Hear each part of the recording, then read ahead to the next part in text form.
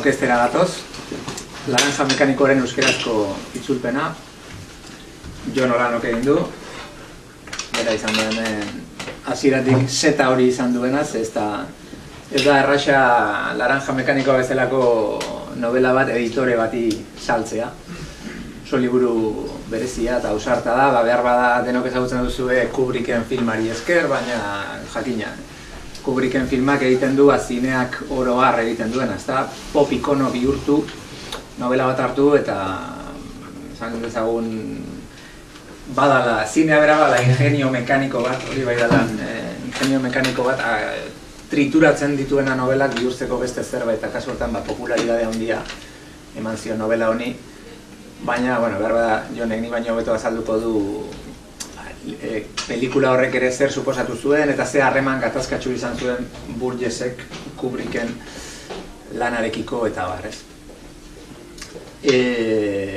Nik hemen aurkezle papera eta epilogoa idatzi diodan aldetik konbidatu nau eta ez dute gauza gehiegi esango, epilogoan esan ditudan edo idatzi ditudan hainbat gauza niri liburuaren gainean interesatzen zaizkidan, berba aipatuko ditut. Haietako lehenbizikoa da, lehenbiziko eta behin urte hurren bat ere badaukagu, beti itzulpen bat argitaratzeko eta asko, liburu asko saltzeko importantea da, urrengo astean betetzen dira 25 urte, Burgess hiltzela. Beraz, berak mende aurrenera, jaiotzaren mende aurrenerako atera nahi zuen, 1917an jaio baitzen, baina ez ginen iritsi, aurten beste urte horren horretan, ez da.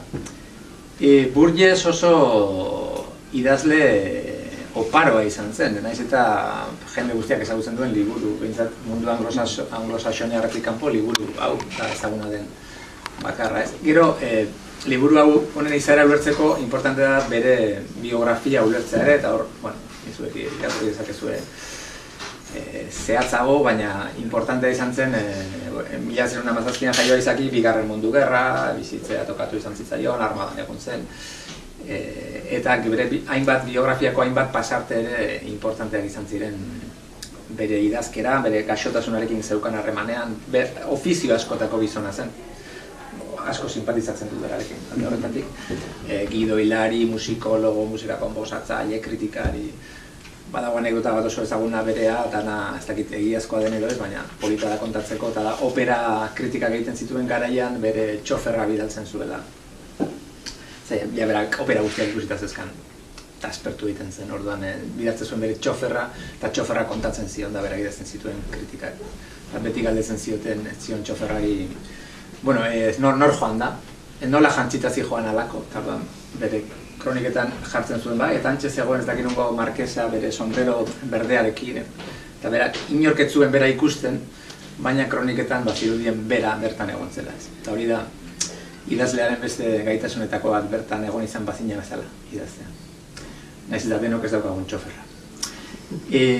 Laranja mekanikora etorriz, esango nuke gai asko jorratzen dituela, aktualidade handiko liburua da. Niretzako bada berreziketaren ezintasunari buruzko liburu bat, adibidez, beste gauza batzuen artean. Horri buruz ere Jonekin eztabaidatu izan dugu, baina badago gai bat Hobbes eta Rousseauren betiko dilema hori ez. Gizakia gaiztoa da berez, edo bere ingurua barren arabera gaiztotzen gara, geure inguruak egiten gaitu gaizto. Ez dauka erantzun garbirik oraindik dilema horrek, eta liburu honetan ere badago hainbat pasarte gogoetara eramaten gaituztenak. Personaje nagusia sadiko bat da, Alex, baina sistema gero sadiko da pertsonaia honekin ere. Eta sadismo hori da berreziketa lortzeko helburu ez aitzakiarekin erabiltzen duen sadismo bat nolabait. Metodo konduktistak, pelikula ikusi baduzue, goratuko duzue, erabiltzen dituzte Alexekin berreziketa bat eragiteko. Eta hori da niri gehien interesatzen zaidan gaietako bat, bai liburuan eta liburutik kanpo ere. Hau da, hainbat psikologok aipatzen dutena. Ia posible den geure portaera aldatzen. Eta orduan, konklusio nagusia izaten da, portaera baietz posible dela aldatzea, baina izaera ez. Orduan, pixka bat horren ondoren izake heziketaren funtsa dela gure izaera disimula dezagun ikastea, pixka frustrantea izan daitekena. Hori lotzen badegu, gaur egungo zientziaren aurrerabide guztiekin, teknologiaren adikzioarekin eta koktel lehergarri bat daukagu, jada laranja mekanikoan aurresaten ziren hainbat kontu gauzatzen direnak gaur egun modu ezurrara egiten. Batetik orduan hori, berreziketaren zailtasunak, horrela deitu dio nik epilogari, berreziketaren zailtasunei buruz. Eta gero legoke, Jonek baita ere asko hobeto sakonduko duen kontua da hizkuntza. Berreziketa horren barruan hizkuntzak betetzen du, noski, funtzio bat. Eta nola esplikatu hobeto hizkuntzaren funtzioa heziketan eta berreziketan hizkuntza propio bat asmatuz, ez bada. Eta hori da Burgesek egiten duena laranja mekanikoa, ez da. Asmatu, nazdap, izeneko hizkuntza bat, errusieraki bat. Errusiera eta hainbat jerga inglesak eta hartu eta horako koktel bat egiten du. Eta horrek ematen dio liburuari zailtasuna batetik, irakurtzeko orduan, eta bestetik gozagarritasun bat. Zer hori ikusten da idazle baten ambizioa, zertarako erabili, denok erabiltzen dugun hizkuntza, guk asmatu baldin bazakegu geure hizkuntza propioa. Hori Sarrion handiak esaten zuena, ezote da gure hiztegi propioa asmatzeko plazer hori. Hori ezote dugu gutxiegi ustiatzen. Ezote gara konformista egiak emana zaigun hizkuntza besterik erabiltzen ez dugun heinean. Hori aurre egiten dio Burgesek eta asmatzen du hizkuntza berri bat. Nik interpretatzen dudana nolabait berreziketaren kontuarekin, nolabait sistemak berrezi nahi du Alex personaia, baina Anthony Burgess idazleak gurekin egiten du esperimentua. Eta hori da niri novelaren beste gauza asko gustatzen zaidan, bipareta hori, esatea, bai, personajearekin sadikoa da personajea besteekin, sistema sadikoa da personajearekin, baina idazlea sadikoa da gurekin. Orduan sadikoa puntu bateraino. Derrigortzen gaituelako, sadismo linguistikoa, derrigortzen gaitu hizkuntza bat ikastera 8 ordu terdi, zenba behar da irakurtzeko 6, 5 terdi.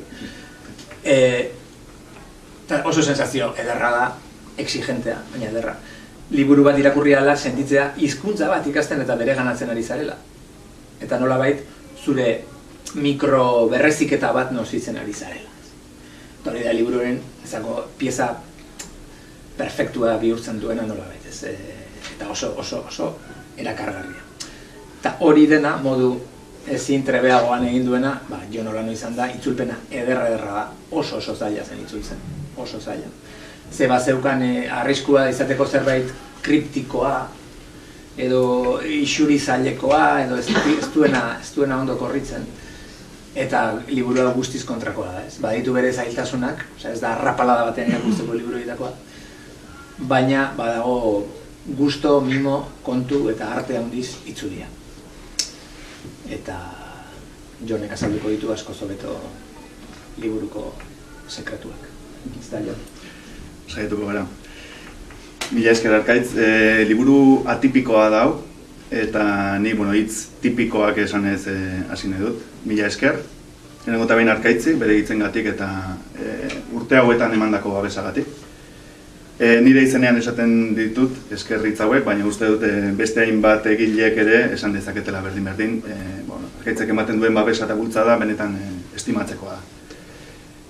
Mila esker Ramoni ere bai, editore batek liburu hau atera nahi izatea ez da erresa, eta berak apostu egin du honen alde eta sinditzi du, nik egin ezakela eta ona iritsi gara.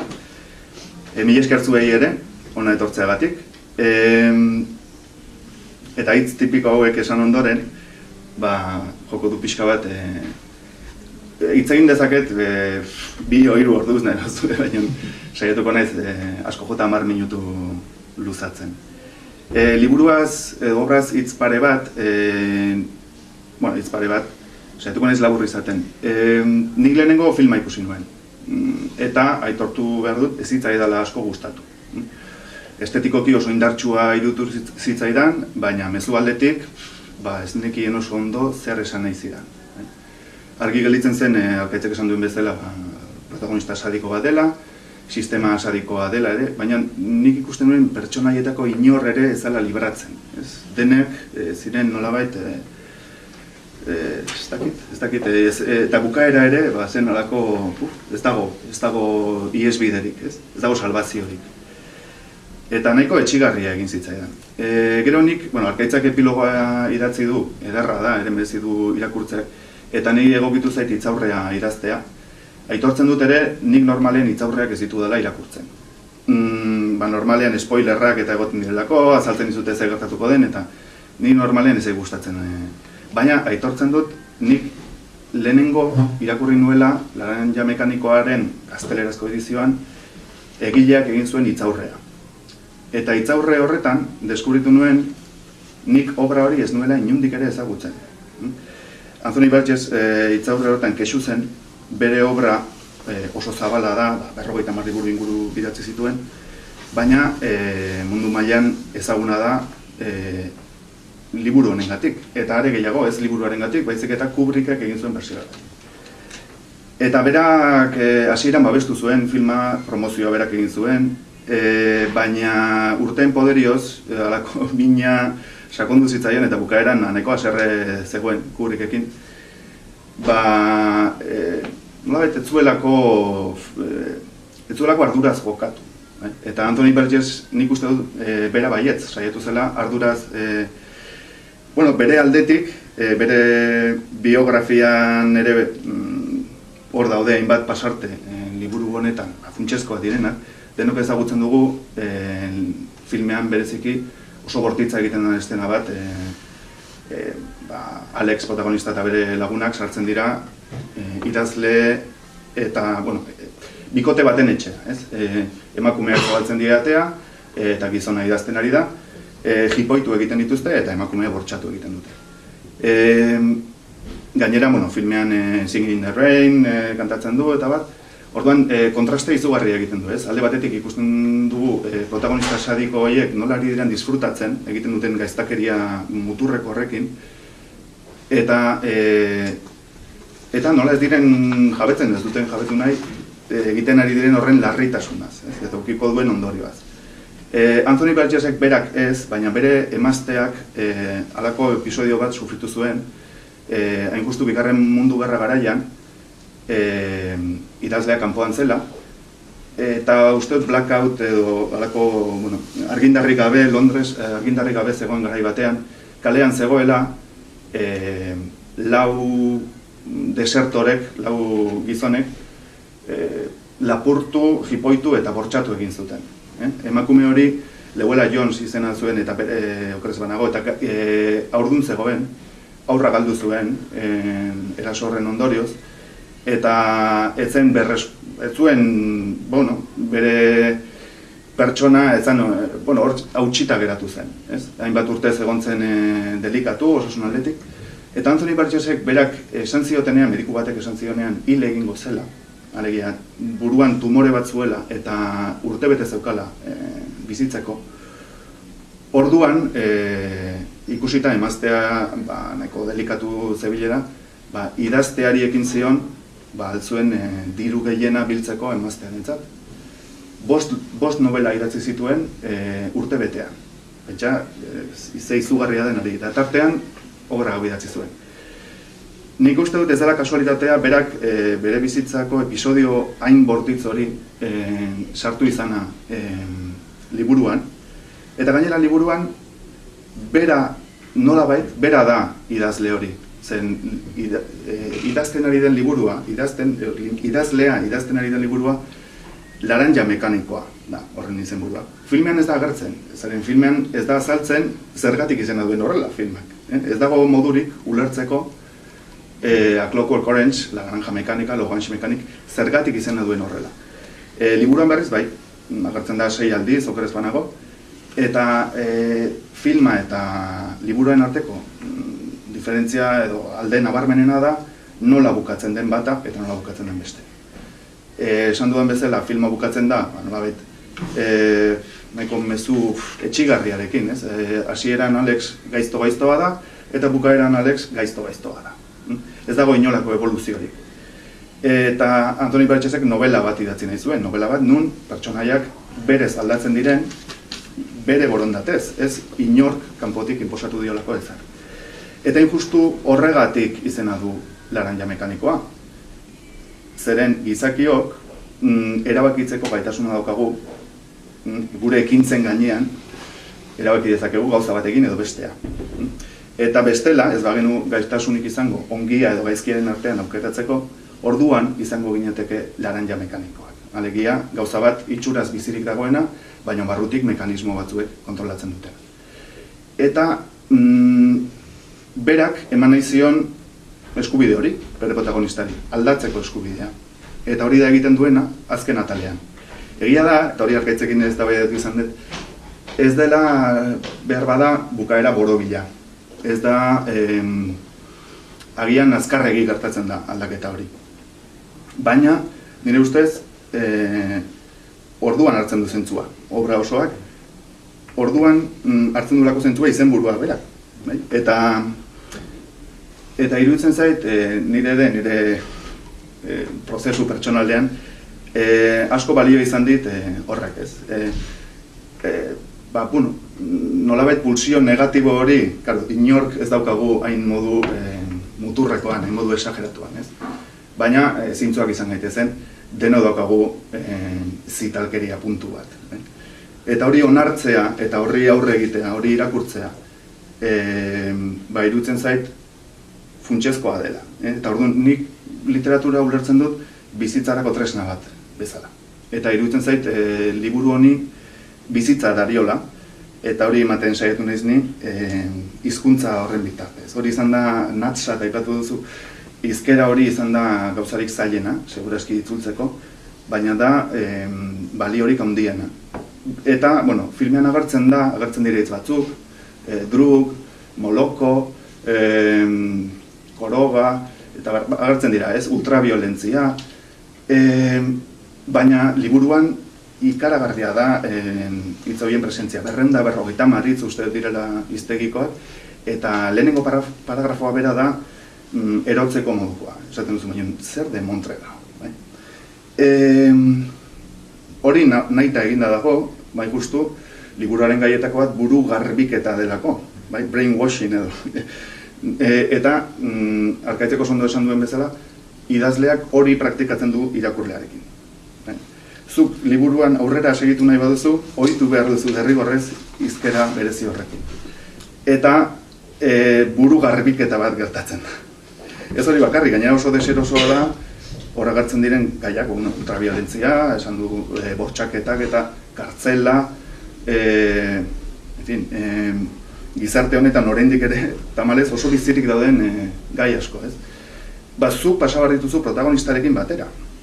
Eta horrek behartzen zaitu, zure gorputzetik pasatzera, hainbat gai, ez ditugunak normalean ikusi nahi, edo ez ditugunak normalean landu nahi.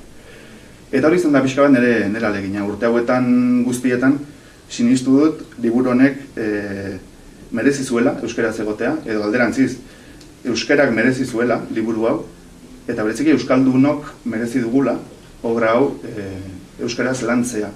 Eta bereziki gai hauek, gogoan hartzea, gogo eta egitea, eta artefaktu bat sortzea zen azken finean ere asmoa. Honekin, bizitza ulertzen saiatzeko tresna bat. Eta honekin gogoetatxo batekin bukatu nahi dut, niretzat literatura beti izan da ulertzeko saiakera bat. Jakinda ezin dela dena ulertu. Eta orduan nik irakurleari, euskal irakurleari hori esango nioke. Lasai, ez duzu dena ulertuko, izan ere ezin da dena ulertu, baina saiatzea merezi du.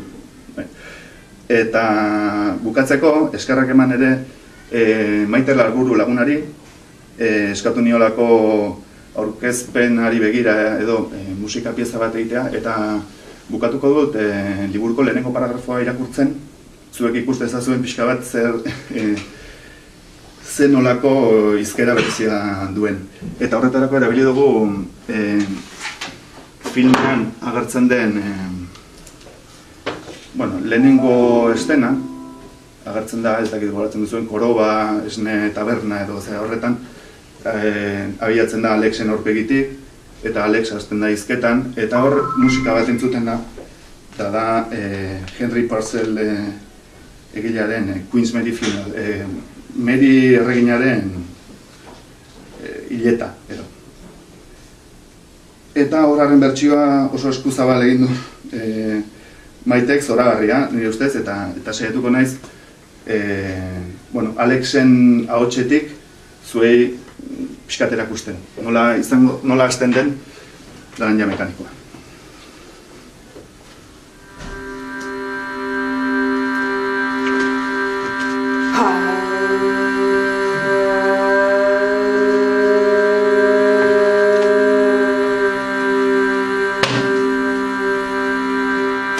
Laranja mekanikoa. Lehen zatia.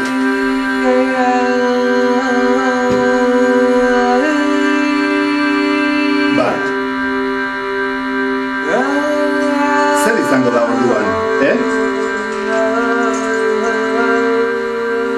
Antxe gonten ni, alegia Alex, eta ene hiru druguak, alegia Pete, Georgie eta Tentel. Zinez Tentela baitzen Tentel.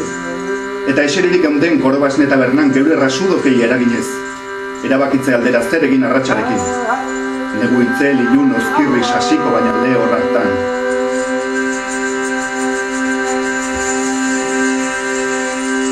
Koroba esne eta berna, esne plus nesto bat zen. Eta kaso zuek, jena nahiok. Ahantzi duzuen olakoak ziren mesto haiek. Izan ere gauzak oso eskorri aldatzen dira egunotan, eta bizkora hazten du jendea.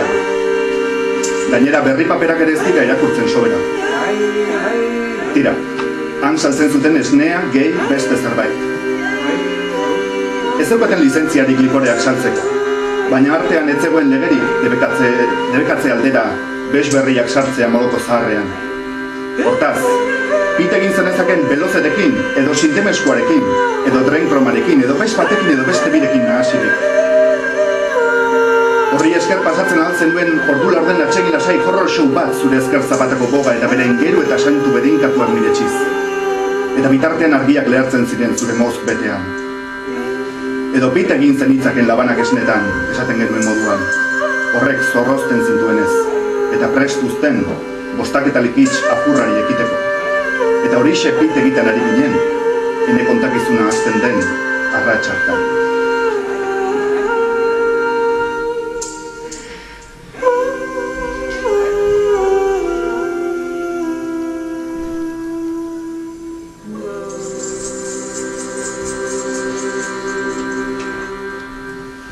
Esker.